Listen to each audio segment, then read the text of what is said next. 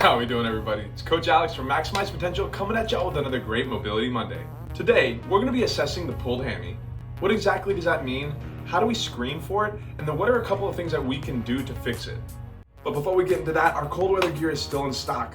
We've got sweaters, we've got sweatpants, we've got beanies, and we've got a good assortment of hoodies. And to celebrate MetCon March, we're coming out with a brand new Start Your Watches t-shirt. We've got a limited run on these shirts, so make sure to head over to the shop and grab some while you still can. I'm gonna go ahead and leave a link down in the comments below. So today, we're addressing the pulled hamstring. So let's go ahead and jump right into it.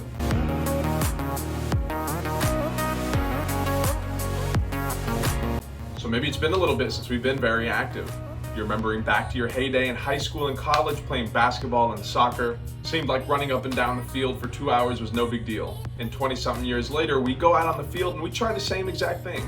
You're feeling pretty good when all of a sudden that ball gets passed to you. As you lunge forward to reach out for that ball, you feel a slight pop in the back of your leg.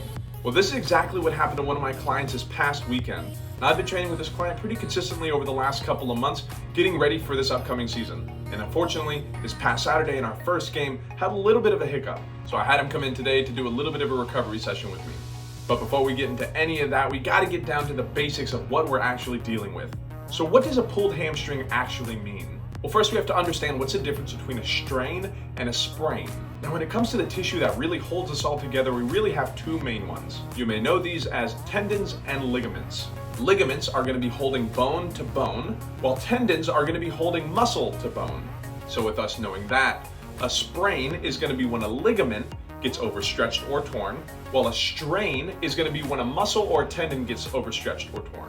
Now, there's a couple of different grades of these depending on the severity of the actual injury. The way that I like to describe it, a grade 1 is essentially when those fibers get overstretched or maybe have one or a couple small fibers get torn. Now, a grade 2 is going to be a little bit more extreme, a little bit more severe, where we have a good number of those fibers torn. Then there's a grade 3 when there's a complete separation, a complete rupture of those fibers. Now, feeling-wise, a grade 1, you're more than likely going to be able to stand on it and maybe walk on it with minimal to no pain. But the second you go out for a jog or maybe a sprint, you will feel immediate tension and pain towards the back of that leg.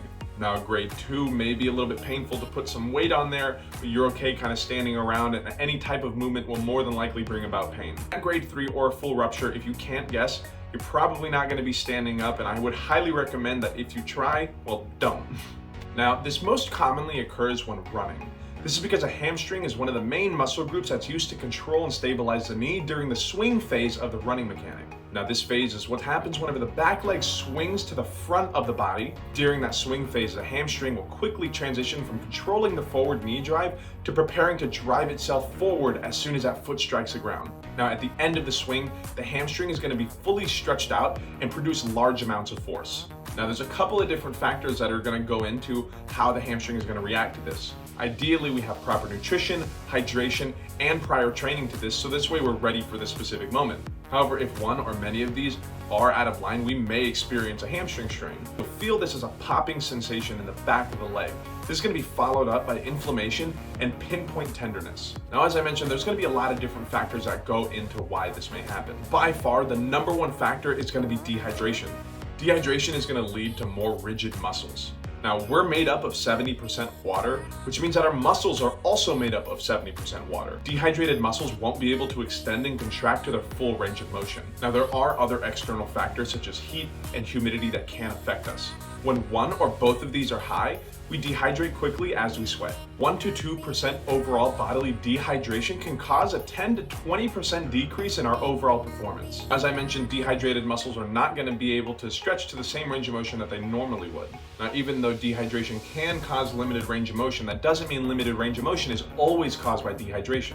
This can be caused by general weakness in the muscle or just overall immobility in that specific muscle group. So if the fibers aren't used to being stretched that far, let alone used to producing power while being at that full range of motion, this can lead to an overstretching or tearing of the muscle and fibers. So the way that we're going to screen for this, we're going to have the injured person lay flat on their stomach. Now, I personally like to test the unaffected leg first, so we're going to go ahead and bring that leg up to about a 90-degree angle.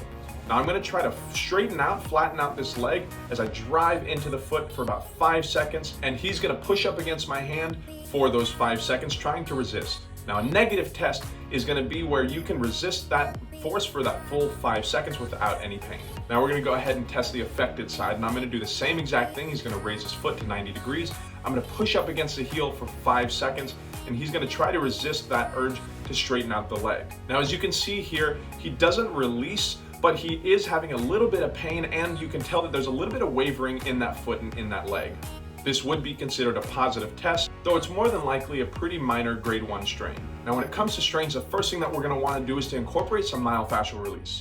We're gonna do this with a simple pin and stretch. Now, we can use either a lacrosse ball or a tennis ball. Today, we're gonna use a lacrosse ball. This is gonna be completely dependent on how you feel or how new into myofascial that you are. A lacrosse ball just doesn't have quite as much give as a tennis ball, so it's gonna be able to dig into some deeper spots. Now, we're gonna wanna have a hard surface to be able to sit on. This is why I have the rubber mat underneath Jason here. He's gonna go ahead and start pretty high up on the hamstring, right where the hamstring meets the glute.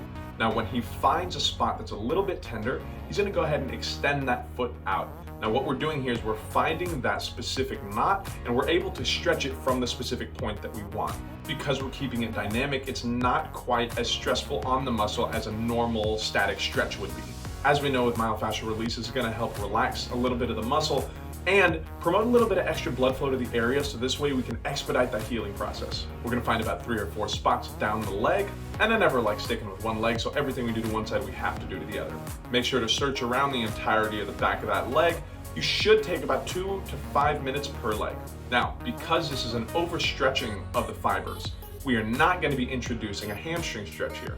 At least in the first couple of days to a week, you want to refrain from giving any static stretching there because it's already overstretched. Now, though I do highly recommend that you go and see a medical professional regardless of what grade of sprain you think you may have. Getting a grade 1 strain under control is much easier than a grade 2 or a grade 3 without further intervention. Now, using myofascial release and compression is going to be our first line of defense here.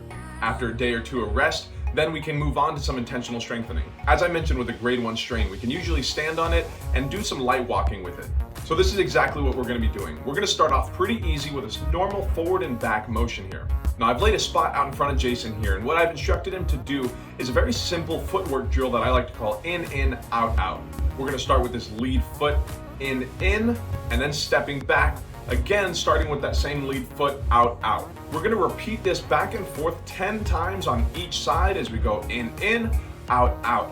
Always remember, the lead foot is the one that's going forward first. So if we're moving to our left, the left foot is gonna lead first. Left, right, in, then left, right, out. If we're leading on the right side, then the right foot goes in. Right foot in, left foot in, then right foot out, left foot out. If we can successfully do this without pain, we can go ahead and introduce a band around the knees and the bottoms of the feet. One of the possible reasonings for why this strain may have occurred is a weakness in the core and the glutes. So the addition of the band is going to make sure that we're properly firing in these glutes. This way the hamstrings don't have to work quite as hard to stabilize the rest of the leg. The next exercise that we're going to be getting into is going to be a step and replace. You're going to want to step laterally with that lead foot and replace with that back foot. This will allow for a slow, controlled stretch and contraction of that hamstring. It's always going to be important that we go down and back, so this way we have even conditioning on both sides. We'll take this about 10 yards in each direction for 3 sets. Similarly with the circle drill, if we can complete this without any pain, we can add some bands around the knees and the feet. This is going to act similarly with the circle drill where we're strengthening out the glutes, except now we're going at a slightly different angle. It's always going to be important that we strengthen out all areas of the hips. Finally, we're going to finish off with a glute bridge and hold. What we're going to do is lay flat on our back with our knees bent. Now, the first thing that we want to focus on is rotating the hips underneath us, so this way we have a nice flat low back on the ground. This is going to ensure that we have proper core activation all the way through and prevent us from arching the back as we come up into that glute bridge. Now, this is going to be primarily focused on the posterior chain. When we drive through the heels, this allows for much more isolation in those hamstrings. Now, we're driving through the heels as those hips come straight up into the air, and we're holding for about 10 seconds. After 10 seconds, we're going to go ahead and relax for about 5 seconds, and we're going to repeat this process for 10 reps. But anyway, y'all, that's about all I got for us today. I hope we learned something new. If you've experienced a hamstring strain, go ahead and try some of these out at home and let me know how we feel. As I mentioned earlier, those Metcon March shirts are out. Remember, this is a limited run, so head over to the shop and grab some while you still can. I'm gonna go ahead and leave a link down in those comments below. If you have any further questions or would like further intervention on an injury, go ahead and contact me so this way we can book a 30-minute recovery session. Remember y'all, this is always a conversation, so don't forget to leave a like, comment down below with anything that you learned, any questions that you may have, or suggestions for future content that you want to see. But other than that, I'm Coach Alex.